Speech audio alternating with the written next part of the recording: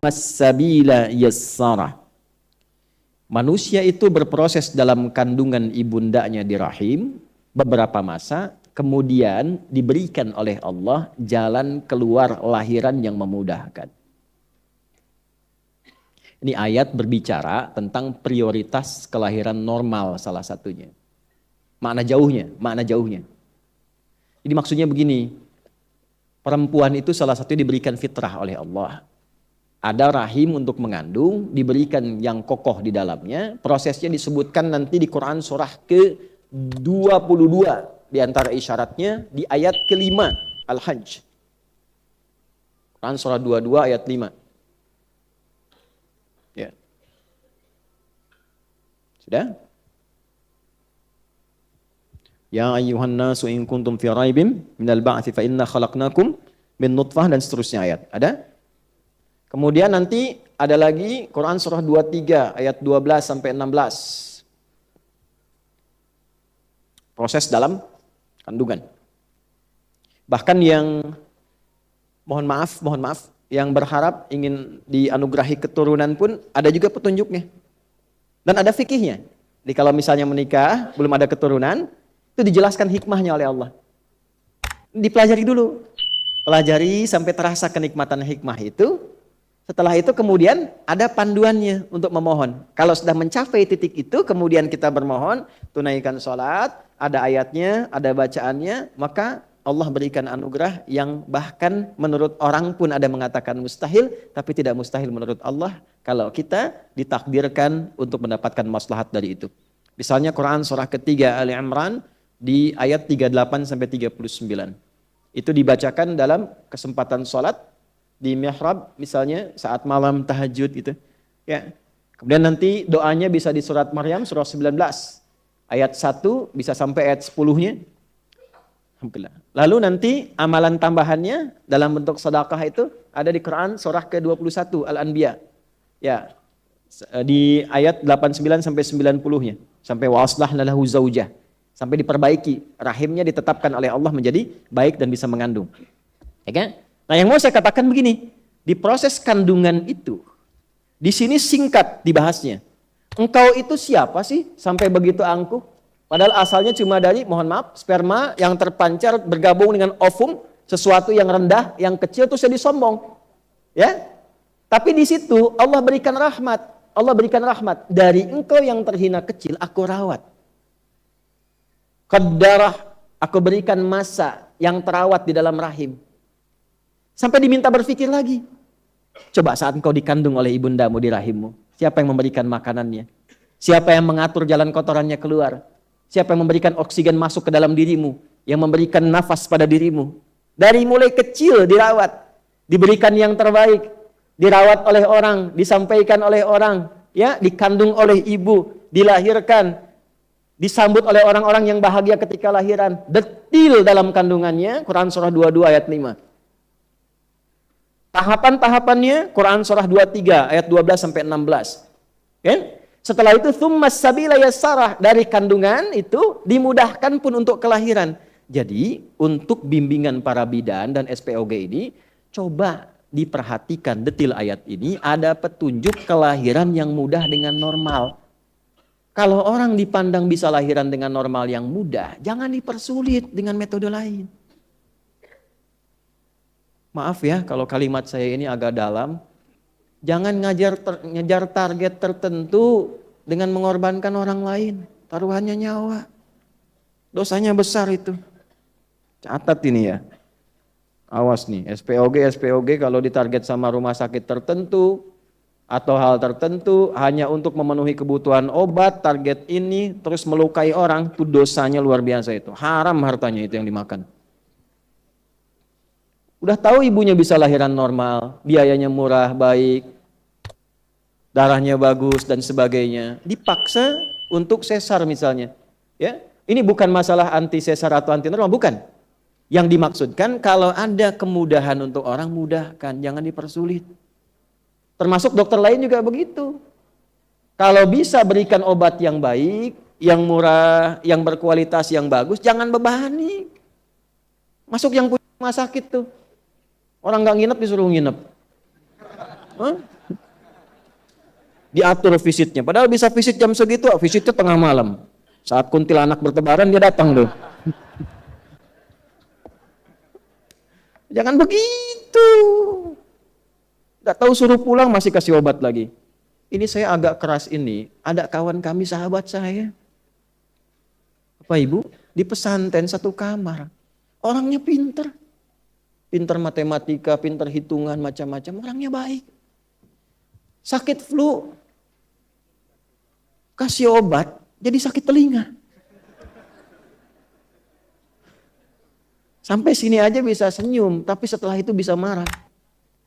Konsultasi ke THT, dikasih lagi, kuat lagi, telinga makin sakit. Nyambung ke saraf. Sarafnya error sampai membentur-benturkan kepalanya ke tembok. Sampai nggak sadar, sampai meracau. Begitu dirujuk lagi, dirujuknya ke rumah sakit jiwa. Marah kita sebagai temannya dengar itu. Dosa itu. Dosa. Kok bisa gitu begitu? Nah, makanya yang pendidikan koas dan sebagainya tata dengan baik itu. Nanti kalau terlalu ditekan dengan cara yang tidak baik melahirkan dokter-dokter yang tertekan juga pada akhirnya. Nah rumus tekanan di fisika itu banding lurusnya dengan gaya di hukum Pascal itu. F berbanding lurus dengan P. Semakin banyak gaya semakin banyak tekanan. Gitu. Pola hidup, ini maaf ya saya cerita begini. Karena ini bukan nafas Quran apalagi mengaku muslim, nggak bagus. Ditanya kutilal insan, kok kamu bisa jadi begitu? Nah ini gambaran-gambarannya ya, tolong kalau bisa dipermudah jangan dipersulit. Nah ini termasuk dalam konteks ini tafsir saya sebutkan, ini bukan utak-atik ya, ini ilmu tafsir, sanadnya ada. Maka yang pertama tafsirnya tsummas sabila yassara, bahkan aku mudahkan jalan lahirmu ketika engkau kurawat dalam kandungan ibundamu supaya engkau tumbuh menjadi pribadi yang lebih baik. Kenapa kemudian setelah tumbuh jadi hebat, dapat sesuatu jadi angkuh? Ini tafsir yang tadi.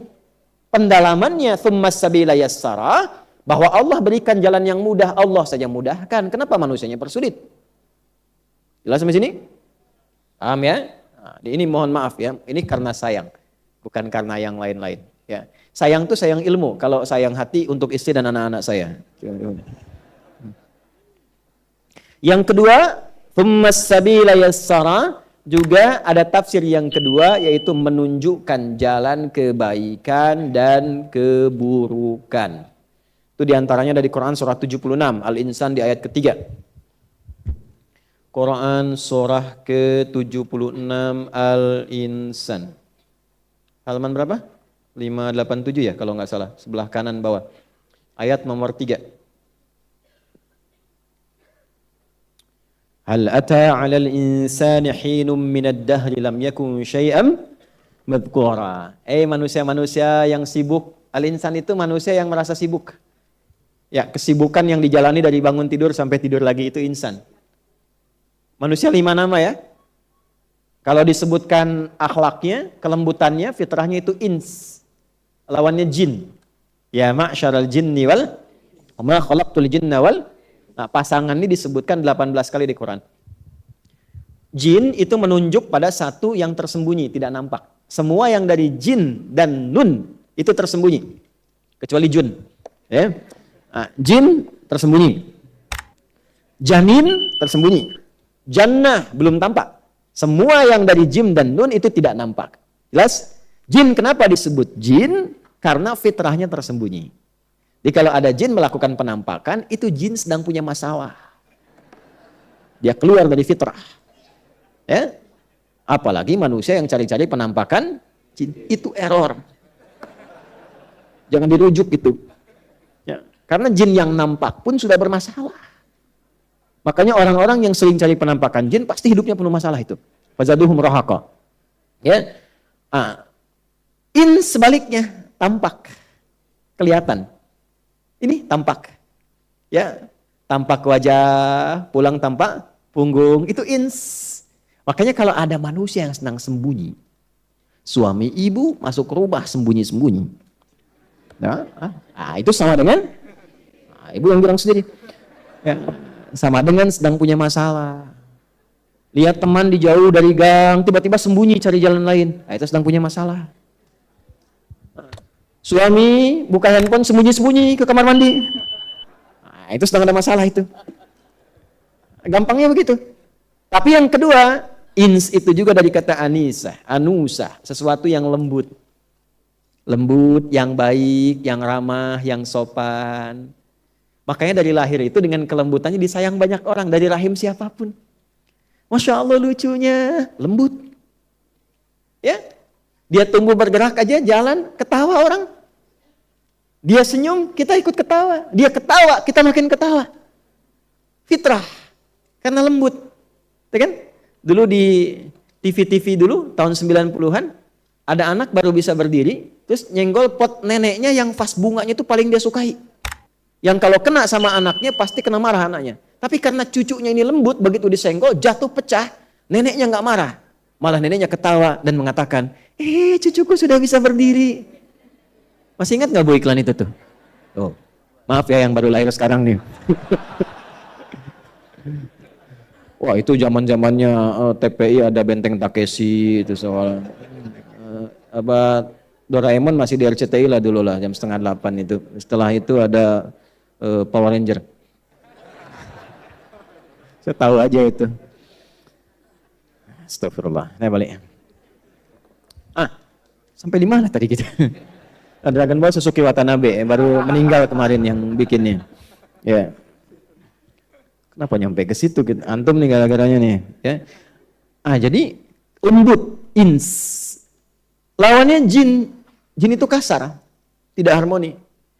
Makanya bisa dipastikan tidak ada orang kemasukan jin jadi lembut. Permisi Ustadz, mau ikut ngaji, sedang kemasukan jin itu mustahil. Nah, maksudnya begini, kita itu tercipta lembut. Kenapa setelah tumbuh berkembang menjadi kasar?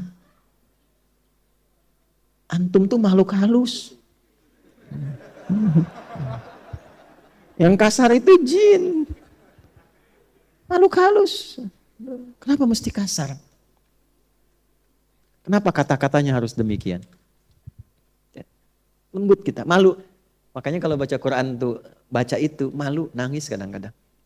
Ya, loh kok saya ini kok makhluk lembut, kok barusan bicaranya nggak bagus gitu, nggak enak. Malu sama Allah tuh, ya. Nangis saja kita ya Allah. Mudah-mudahan nggak berlebihan gitu. Ya. Nah, insan itu terkait dengan aktivitas yang sibuk. Ya, seringkali disindir, ditanya, kok sibuk tapi nggak punya manfaat. Manfaat itu disebut soleh namanya, amalnya soleh. Rugi orang hidup begitu. Wal 'asr, innal insana lafi khusr. Sungguh banyak orang sibuk tapi rugi. Illal ladzina amanu, kecuali orang yang menyibukkan dirinya dengan imannya, maka iman mengajak dia wa amilus, mengerjakan pekerjaan yang banyak manfaat. Jadi bekerjanya bermanfaat. Ya, bukan hanya ibadahnya. Interaksinya bermanfaat, di keluarganya bermanfaat. Terasa keayahannya bagi anaknya, terasa menjadi suami bagi istrinya, terasa jadi istri untuk suaminya. Manfaatnya ada. Terasa jadi anak untuk ibunya. Demikian seterusnya.